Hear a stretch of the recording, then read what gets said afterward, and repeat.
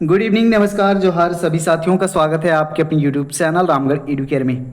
बहुत ही जल्द Jharkhand BEd MEd BPEd entrance 2025 का पहला राउंड का काउंसलिंग स्टार्ट होने वाला है। उसके बाद एडमिशन होगा। इस वीडियो में आपको बताने वाले हैं कि एडमिशन के वक्त आपको कौन कौन से डॉक्यूमेंट्स लगने वाले हैं जिनको आप तैयार कर लेंगे।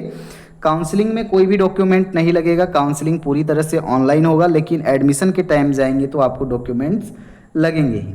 यहाँ पर बहुत सारे मैसेज भी आए हैं कि कास्ट कब का होना चाहिए, कहाँ का होना चाहिए, रेसिडेंशियल कब का होना चाहिए। इन पर भी बात करेंगे डिटेल में। सबसे पहले स्टार्ट करेंगे 10th क्लास का आपका एडमिट कार्ड होना चाहिए, मार्कशीट, प्रोविजनल सर्टिफिकेट ये मार्कशीट के साथ ही मिलता है, तो ये तो आपके पास होगा ही। साथ ही साथ पासिंग सर्टिफिकेट, जब ये 1 साल 2 साल हो जाता है उसके बाद आपके स्कूल में आता है। अगर पासिंग सर्टिफिकेट नहीं है तो बाद में भी दे सकते हैं, प्रोविजनल से भी काम चलेगा। तो ये आपको ओरिजिनल भी लेके जाने हैं और 2-2 कॉपी जेरोक्स, ओरिजिनल साथ ही 2 जेरोक्स कॉपी आपको लेके जाना। 12th का admit card, marksheet, provisional certificate, passing certificate.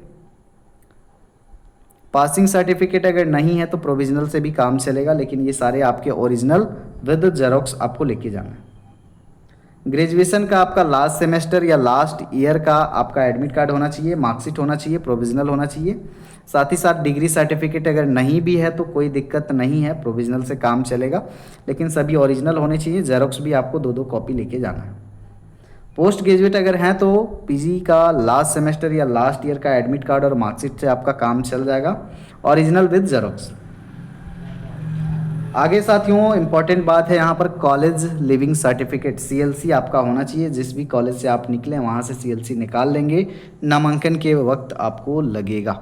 अगर किसी कारण मिसिंग हो गया है, नहीं है, तो दोबारा आप कॉलेज से जाकर रिक्वेस्ट करें, दोबारा लें। दोबारा तरीका होता है कि आप थाना में एफआईआर करें, एफआईआर करके फिर कॉलेज में जमा करेंगे तो दोबारा आपको मिल जाएगा। साथ ही साथ कैरेक्टर सर्टिफिकेट सीएलसी के साथ मिलता ही है हर कॉलेज में। ओरिजिनल कॉलेज द्वारा रख लिया जाएगा, इसलिए फ़ोटो कॉपी करवा के रख लेना है। सीएलसी रख लिया जाएगा कॉलेज में एडमिशन के टाइम में। Residential certificate for Jharkhand, Jharkhand के जो स्टूडेंट हैं, झारखंडी स्टूडेंट, उनके लिए चाहिए। कास्ट सर्टिफिकेट, अब ये कब का होना चाहिए? देखिए 2019 के बाद का है तो कोई दिक्कत नहीं है, चलेगा। चाहे वो ब्लॉक लेवल का हो या फिर एसडीओ लेवल का हो, कोई दिक्कत वाली बात नहीं है। कास्ट सर्टिफिकेट एसटी एससी और ओबीसी कैटेगरीज के कैंडिडेट्स को चाहिए, ये भी 2019 के बाद का है तो चलेगा, कोई दिक्कत नहीं है। जो ईडब्ल्यूएस कैटेगरी के हैं उनको ईडब्ल्यूएस सर्टिफिकेट देना होगा। जो पीएच और स्पोर्ट्स से जुड़े हुए साथी हैं और बेनिफिट लेना चाहते हैं तो उनको अपना सर्टिफिकेट देना होगा। अगर दूसरे यूनिवर्सिटी में नामांकन ले रहे हैं, अगर कोई विनोबा भावे से ग्रेजुएट हैं, पोस्ट ग्रेजुएट हैं, रांची यूनिवर्सिटी के बीएड कॉलेज में एडमिशन ले रहे हैं, इस कंडीशन में आपको माइग्रेशन सर्टिफिकेट भी जमा करना होगा। अगर नहीं किए हैं, निकाले हैं, तो आप आवेदन कर दें निकलवाने के लिए। एडमिशन के बाद भी दे सकते हैं।